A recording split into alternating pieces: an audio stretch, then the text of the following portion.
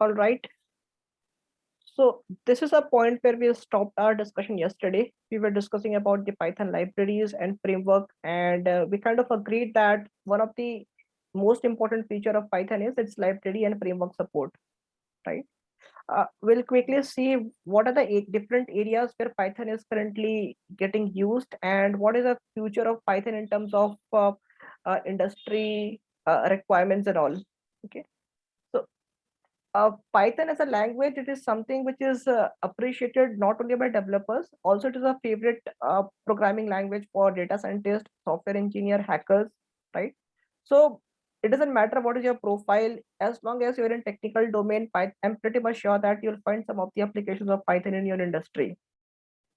But just for the sake of completeness, let us go through some of the areas where Python is currently getting used, and it is one of the most important driving force for that particular domain. So to start with, data science is definitely one, and we are going to cover this very extensively in this tutorial. Some of the Python packages like Pandas, Scikit-learn, NumPy are the backbone, or I should say, the most elementary thing required if you want to pursue a career as a data scientist, right? If you want to be someone who wants to visualize data, who wants to grab the insight from the huge chunk of data, there also Python is definitely going to help you. We have a Python library like Matplotlib, Seaborn, and ggplot, which are capable of making highly customized and visually appealing plots from the data, right? So it doesn't matter whether you are a data scientist or you are a business analyst or you are a person from business intelligence team, Python is there to help you in your day-to-day work. Moving ahead, desktop application. So here also we have a Python library like Tinker, which is very much used nowadays for building the interfaces, right? You must be seeing that whenever you do some shopping, there's a payment gateway, right? Which helps you to pay. So that payment gateway, nowadays people are building it using Python. Initially, Java used to be the loved language for doing that, but now slowly the choice of programming language is changing and getting skewed toward Python. There are certain other libraries like Widget, Kiwi, PyQt. These are the very commonly used Python libraries for building these desktop applications, right? With the just help of Python, you can create your own editor also, right? The way you do editing stuff in Microsoft Word, you can create your own using Python also. And with not much coding uh, part, we have got library for those work. So you just need to find the appropriate library. You need to be clear about your requirement, and Python is there to help you there. Okay. Uh, Similar to desktop applications, we have console applications like PS4. Console-based application is like game design. Could you please repeat? Yeah, it's a game design. Uh, are you talking about game design in PS4 console-based application? Yes, console-based application is definitely PS4. You have got Xbox, right? Yeah, game designing. Yes, yes. More, yeah, it is exactly the game designing kind of applications. So PlayStations and all, you see. So those also in these in those areas also Python is one of the preferred language. If you talk about the mobile application and enterprise applications, you will be surprised to know that the very common application that you are using in your phone, for example, Instagram, Pinterest, Spotify, Dropbox, right? All these applications, all these enterprise or mobile applications has got some applications of Python in it. I would highly encourage you to go ahead after this uh, class and see which specific part of these applications is using Python, right? Because these are the very Sure. common applications, and I'm very much sure that at least 4 out of 5 you must be using in your phone, and Python is there behind that application. So we talked about console applications, we talked about desktop applications. The other is web application, right? So unlike console applications or desktop applications, which is very much restricted to an individual user, uh, we have a web applications which can be utilized by vast uh, people, right? For example, if you come up with your own website, that can be utilized by large number of people, large number of audience, right? So you can use Python to build web application also. And there is an entire framework dedicated for web development, which is called Django, right? If you want to make an API, right? If you have developed some programs and you want that applications to be integrated with some of your website or some other applications, you can easily do using REST API. And for doing that, Flask is an application which is very commonly used, right?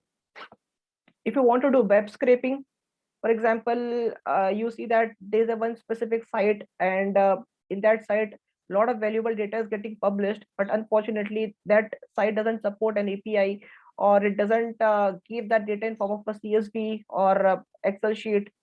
Then what do? We simply do copy paste stuff, right, from that particular site. But that is a manual Yeah, work. I wanted to ask you this one. Like when Mhm. in a web application supports Python, right? Mm-hmm. So generating web pages. Yes. So, so we need a web application for generating web pages. So I have least knowledge on those things because I have learned but Mm-hmm. forgotten. Mm-hmm. So can Yep. So you have an application learning experience. web application? Yep. Yep. Absolutely. So you have Yeah, an generating web pages in Python or Mhm. Java. Java, I have seen like it generate web pages, Mhm. HTML pages, Yes. web application. So many of the programming and projects we need web application. So I want to elaborate, on this topic, or if you could at least, start up with some other course like web application. Could you do that? Yes, we Uh, can have a dedicated course on that. However, this is more aligned toward data science and machine learning. I don't have much information in my slide regarding web development, but definitely we can come up with some applications of Django and Flask, and with the help of that, we can come up with some TWI website, right?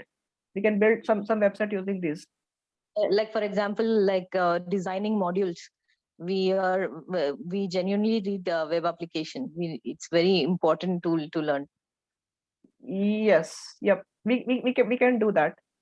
But if you want to do some of your self study, there's a very cool website which I very follow in every day work is the data camp, right? So in these website you'll see a lot of blog posts regarding Python for web development. So Django is the one package, one library of Python which is right now one stop solution for building a full-fledged website, Okay. right? So you Yeah, thank can. you. So you can share that on the WhatsApp.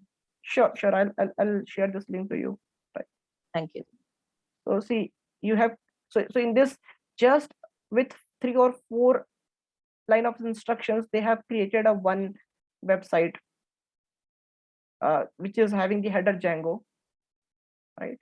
And they are hosting it locally in their local system. So obviously, if you are building a website using Python, you would be hosting it in a local system. In order to host it publicly, you need to buy a domain name, right?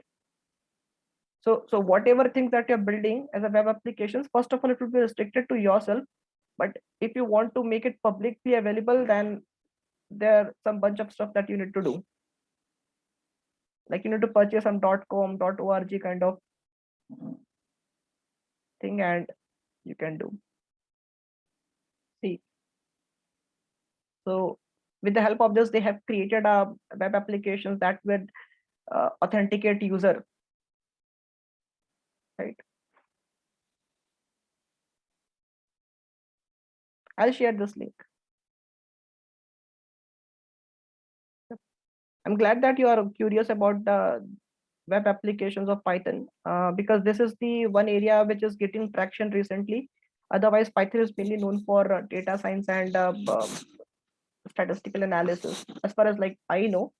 But definitely, it would be interesting to put some time on this use cases. Shall we move ahead? Sure, sure. Yep. So the other is like gaming application. So like the way I showed some of the popular applications which are built using Python, there are certain popular games which are built using Python. For example, I don't have much information about gaming and all, but these are the certain games which I got after Googling in my browser. For example, Pirates of Caribbean, Vegas Strike, Disney Toon Town Online, right? So these are the games which are built using Python. You can play this game if you want. It's there in like as a web application, so you can play also.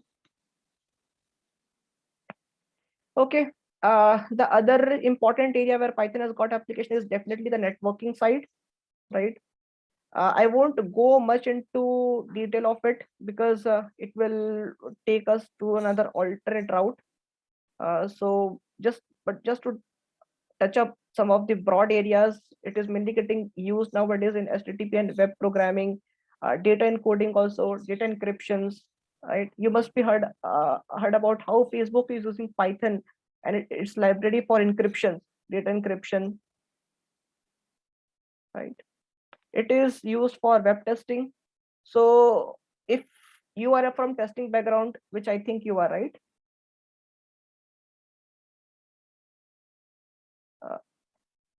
You have some testing background.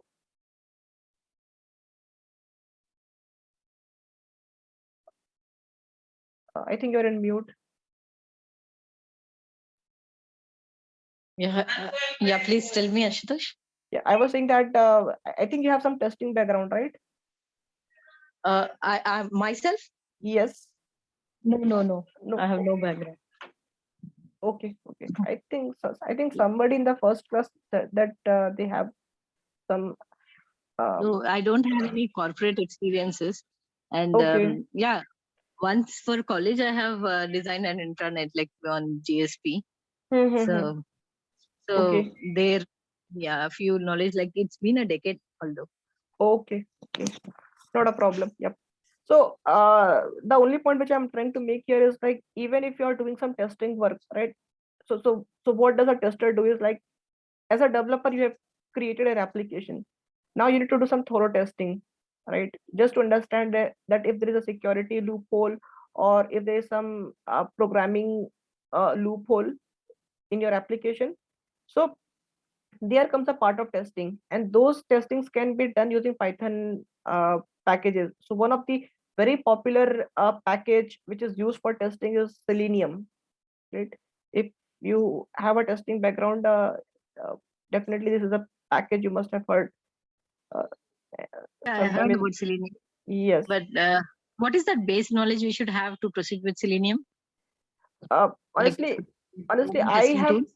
I have not used testing in my projects or past experience, so I may not be able to give you a, a, a good path for starting your like you know learning in Mhm. Selenium. The only thing which for which I have used Selenium is for web scraping. Okay. Yep. So what I know is mainly Selenium is used for automations and all. Okay. Mhm. Okay. All right.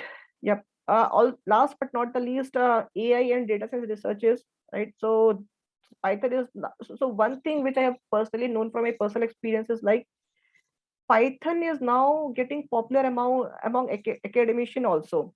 I have seen a lot of professors using Python for doing their simulation work, for coming up with some design experiment, implementation of their theory, right? So Python has got application there also.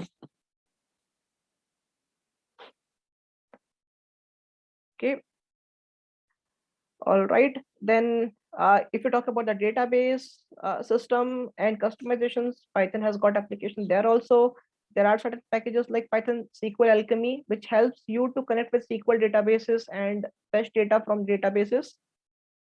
Last but not the least, cyber security, right? So this is an area I think Zara would have been interested on, because there are a lot of Python packages which has got application cybersecurity, Nmap, Yara. Python can be used to run penetration testing also, to detect security breaches, detect system breaches, right? So these are the some of the areas where Python is getting involved. This is not the exhaustive list again. There might be some of the other applications which I would have skipped in this list, but in a nutshell, what I can say is, no matter which domain, which industry you're targeting, Python is something which can help Is you. everywhere. Yes, it is everywhere. Our focus would be to look Python for data science. So we are just scratching the surface in this tutorial, but definitely, if you are comfortable with this, you can extend your learning to other domain as well. All right. So this was the theoretical aspect of Python. We started how the Python originated, what are the features of Python, and where Python is utilized nowadays. Now let's get to the real stuff, right? Python, and we would be writing some of the very elementary Python applications in today's class. Okay, so as we start learning any programming language, the very first thing that we do, and it is now become a part of our tradition, writing the hello world, right? So writing the hello world in Python is like a piece of cake. Unlike other programming language like Java, C++, where you need to write at least at least 3 or 4 lines of code. Here you can do the same just by using one line. And yeah, scene and cout are used, right, for printing and input and output yes, yes, statement. yep. So here you don't have scene or cout, just No, print. yes, just print. And you can see that how intuitive it is. Right. See It's in, very see, simple. yeah, see in, see out. I mean, yeah, those are also very easy. But personally, I don't think that Introduced. it is making, yeah, it is making sense that you have to write see out to writing a printing something. Python, first of all, it is simpler to study. The other is, it is very much intuitive. It is very easy to understand any piece of code which is written in Python, just because the syntax are very clear. Okay. All right. Now I let have us. a request. I have a request, Ashutosh. Like, since it's been a while that we know earlier languages, like programming languages. So if you could give a brief on like syntaxes and loops and statements, and how does it work at the back end, then it would be easy for us to understand what's going on. Like reading the code would be easy for us. Step by step, if you could do, that will be very helpful. Sure. And the functions, yeah. Sure. Yep. So for the initial few days, at least for this week, what we will do is like we will dissect each and every word, each and every bit of a programming syntax, and we'll see how these different entities are getting connected and executing our instruction, right? So here, this is just a print statement. Print hello world. Welcome to the tutorial. Here, if I look in this block, there are 2 lines, right? The first line is this is hashtag tradition. So this hashtag is called comment. Anything that you'll write after hashtag, it will not be considered by your interpreter. It is just for my understanding. I am using this, right? But from implementation perspective, your interpreter will ignore this. This is just for your reference. Print is an inbuilt function, right? So what is a function? Function is a set of instruction to execute some specific task. And when I say inbuilt function, that means this function is natively available in Python. There are 2 kinds of function, right? One can be the inbuilt function, the other can be user defined function. User defined function are those functions which you write which is suitable for your use case, whereas inbuilt functions are those functions which are pretty much common, which Python already provides, because Python know that printing something is a very, very common thing that everybody will need in some part of their application. That's why what they have done is they have provided it as an inbuilt function. So this is a function which is taking input a string. So anything you'll see which is between these two quotes, it can be one quote also. So Python support one quote string and two quote string both, right? So anything which is between this quote is treated as a string. So the input for this function is just a string, and this input is called argument. So if I have to say in a technical way how I would say that this print is a function which takes argument as a string to display this hello world, welcome to tutorial, which is nothing but the argument which we have just passed. Is it clear? Yeah, sure. All right, now let's see what are the very elementary concept that we need to know to learn any programming language. And to begin with, let us see what are the keywords. So what are the keywords? Keywords are nothing but those are the reserved word in Python which cannot be used by any identifier. When I say identifier, I mean the variable name, right? So typically in programming language, you create variables for storing data, right? So you cannot assign those keyword name to your variable. Okay. These keywords are important to define the syntax and structure of your programming language. Okay. Now, right now, if I'll talk about the Python version 3.7, there are total 33 keywords supported. There may be increased now, but the Python 3.7 version support 33 keywords. These are those 33 keywords. We will see each of this keyword as we go along, right? But our intention would be to cover each of these keyword in some point of our tutorial, right?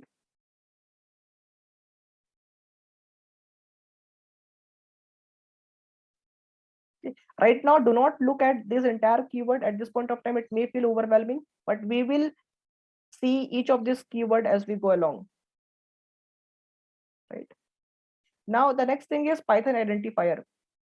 Now, Python identifier is nothing but it is just the name you assign to your variables, the function you create, the class you create, right? It is the name of those entities,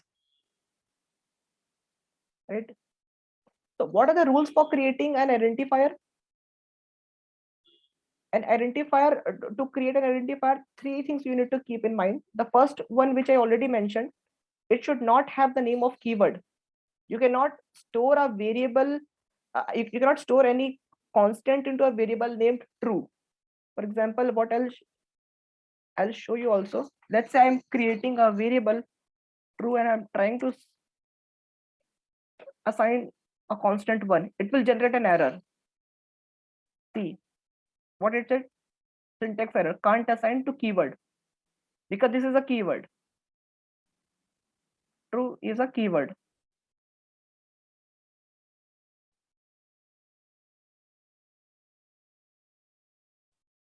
Okay, where is true here? It is the first column. Yep. Got it. Yep. So you understand this keyword name you cannot use for defining your variable name. The next thing you need to keep in mind is your variable name should not start with digit. It can start with alphabet, doesn't matter whether it's uppercase, lowercase, or it can start with underscore, but it cannot start with any numerical value or any special character. For example, if I write a variable var1 and assign some value, let's say 50, this is fine. This will fine. But if I write this way, this is not acceptable, right? So your variable name should always start with either an alphabet or underscore. Even this is also fine. See, right? So these are the three rules you should keep in mind while naming your identifier.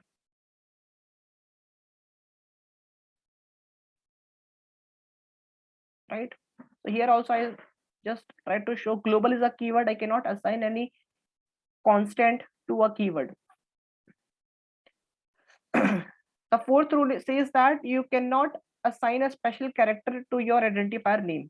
For example, this is a variable I'm trying to create, and I have assigned a special character at the rate. It will generate an error. You cannot assign any special character to your variable name. Only underscore is allowed. You can so you can keep any name of your choice.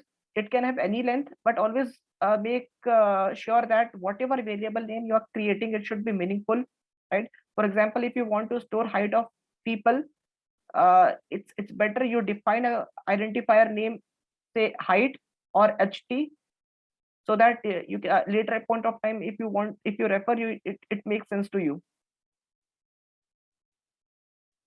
Is it clear? Are you clear with the rules for making the variable or identifier names? Yeah. Yeah. Few things that keep in mind always is Python is case sensitive language. Okay. So if you have defined a variable, let's say I do a var1 and I have assigned 10 to it. I'm creating a variable name var1 and I'm assigning a number 10 to it. Right. If I print then var1, this will work. Right. But the moment I change this to uppercase, it will not work. Why? Because it is case sensitive. Okay.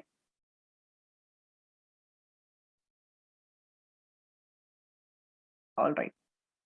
So this was the identifier naming convention and few things that we should keep in mind while making the identifier naming.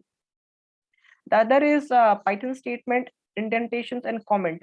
So we already talked about comment in the beginning. So here this is a comment statement which is used only for the user.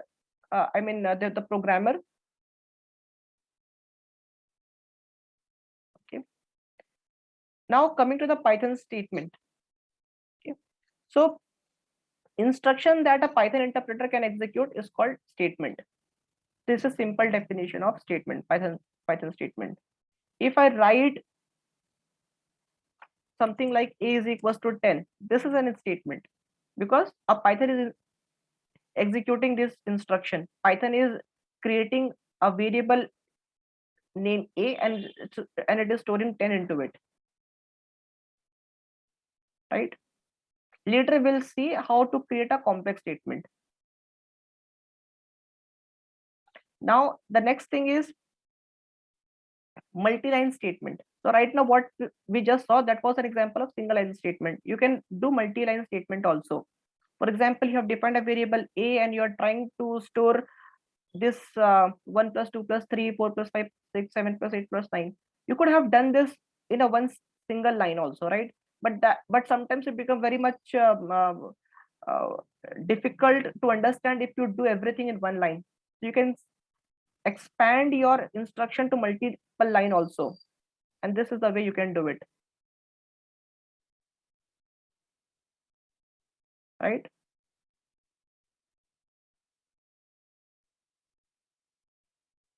Is it clear? You can assign you can have multiple statement into single line also. For example, let's say I'm having a var1 where I'm assigning value 1, var2 2, var3 3. Yep. So essentially right now I'm having these 3 lines of code. I could have done this in single line also. What I could have done is like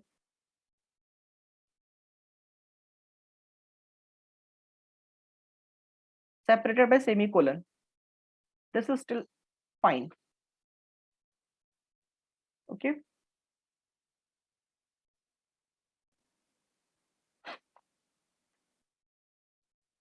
Is it clear till now? Yeah. All right. Yeah. So if you are from C or C++ background, you must have known that in C or C++ we use curly braces, right, for separating a block To of begin the code. program. Yep. Yeah. So in Python, we don't have To these begin the curly loop. braces. Yeah.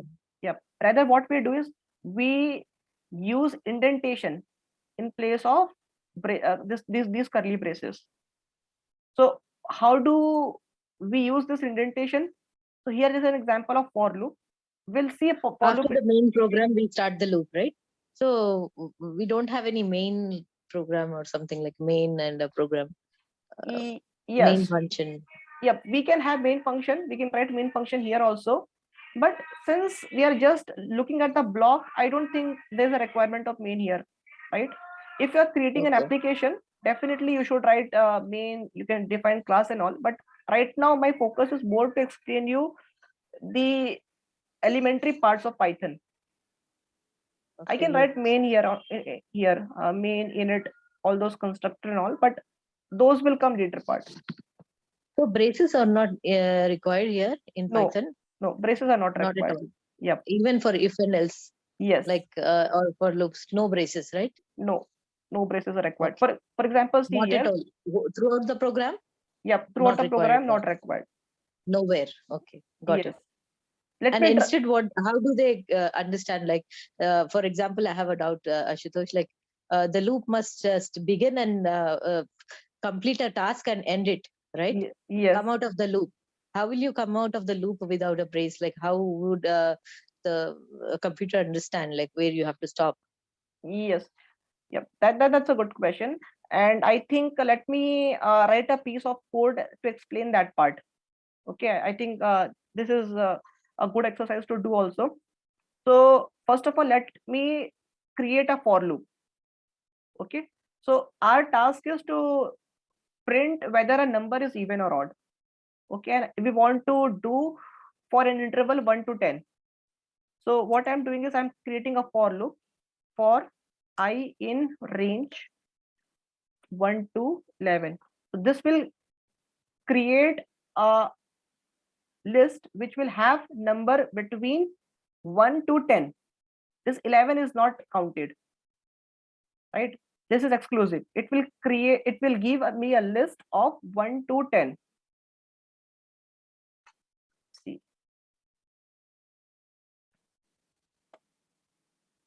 this will give me a number 1 to 10. Now we have to iterate through each element of this list and tell whether this number is even or odd. Okay. So first of all, it will go through the first element for I in range 1 to 11. It will pick this number 1 and it will check if I is divisible by 2. So here this is this, so this operation gives me a remainder. If I divide 1 by 2, what would be my remainder? So obviously it would be 1, which is not equal to 0, right? So if it is divisible by 2, that means remainder will be 0, right? And we will write print. Is it I divisible by 2 or I modulus the sign? It seems more like a modulus sign. Yes, it is Which will modulus. extract Yes. the remainder, right? Yep. This is modulus operator, which will give you a remainder. Okay. When you divide I by 2, what would be the remainder? The remainder is 0. Okay, I got it. Because modulus, if I remember, modulus will extract the remainder, right? Yes, modulus will extract a remainder. Yeah. Okay. So see, now this is an indentation. We have started the for loop, and after that, what we are doing, we have done indentation. That means what? It is giving an instruction to controller that I have gone into the body of for loop. This is the body of for loop, right? Whatever thing which is indented by one tab space, those all becomes the body of for loop. Similarly, these are the body of if statement, because these all are one tab indented from here. Similarly, I'll write print I, print odd. So it does 1 equal to odd, 2 equal to even, 3 odd, 4 even, 5 odd, 7. So you understand how this indentation is useful for defining the body of for loop, if, else, and how control is understanding this indentation for executing instruction.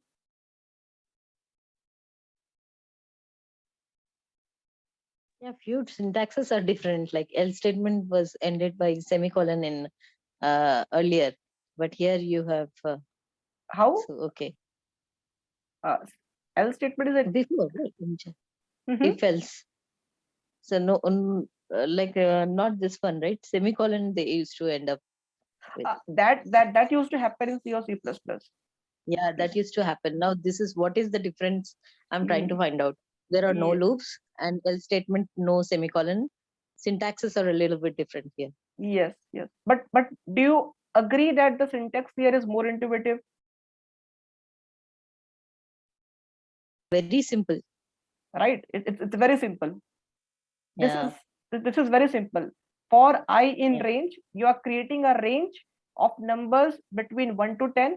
This 11 is not inclusive, right? It will till 10. Then you are iterating through each element. First of all, you pick the first element I, which will store 1. It will check if it is divisible by 2 or not. If it is divisible by 2, print even. If it is not divisible by 2, print odd. So simple. Ashutosh, Mhm. Ashutosh, Yep. you said that I in range 1 to 11. 11 is not included, but 1 is included. Yes.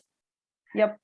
Yeah. So you see, this first part of your interval, it is always inclusive. The second part of interval is exclusive. So if you have to print a number between 1 to 20, then you have to define the range as 1 to 21. Yeah, because it takes n-1 value. Yes. That's why. Yes. Okay. So now you understood how for works, how if works, how else works, how indentation works. Although we'll see separately a module on for if else statement, but I'm glad that all these things covered in one place. Okay. Okay. So the main function of indentation is, it enforces. I mean, the enforcement of indentation in Python makes the code look neat and clean. How neat and clean it is. Sometimes those curly braces can be uh, sometimes it can be distractive also. It can distract users mind, and also the code doesn't look neat and Syntax clean. errors. We can avoid syntax errors also. Yes, if what if you forget to close the curly braces, it will give you a error, right? So nothing like that in Python. Okay, now what if you have not properly done indentation? For One more thing example, you forgot, when we initialize a variable, right? Whether it is defining whether it is an integer, float, or here boolean. here we don't need to No, no, define. No, no, no, it is a dynamic fine. initialization. This is another beauty of Yeah, Python. It is dynamically typed. yes. Initially what you used to do in if you have to do in C, you have to define int a is equals to some number 20. That means you are creating a variable which would be storing an integer variable, right? That is how we used to do in C. In Python, we don't need to do anything like this. The moment you write a is equals to 20, the system will automatically understand that you are going to assign an integer value to a variable a, and since you have stored 20 into a, which is an integer value, it doesn't mean that you have to always store an integer. Now the same variable can store another data type also. You can store floating value, for example 10.5, this is still fine, but this 20 will be replaced by 10.5. Getting?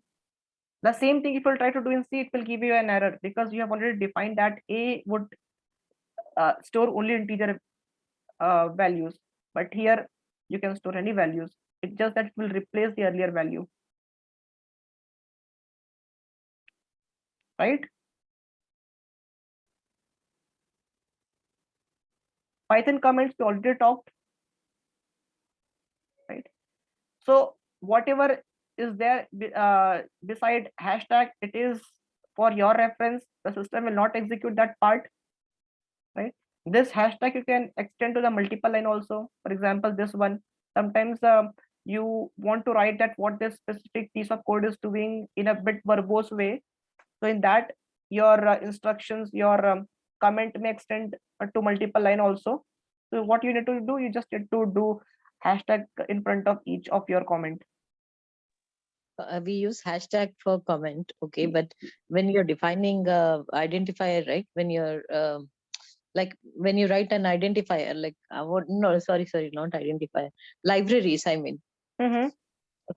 So we use, before starting a program, we define, you know, hashtag I use That like std that you io used to do in string. C++.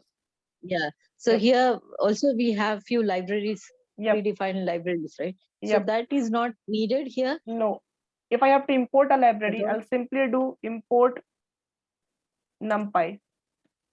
No Import hashtag, numpy. nothing.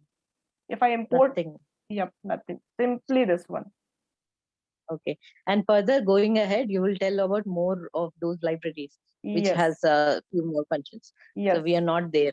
Yep. Yep. NumPy. So we just, how do we begin, Ashutosh? Like import NumPy. Yes. Import numpy.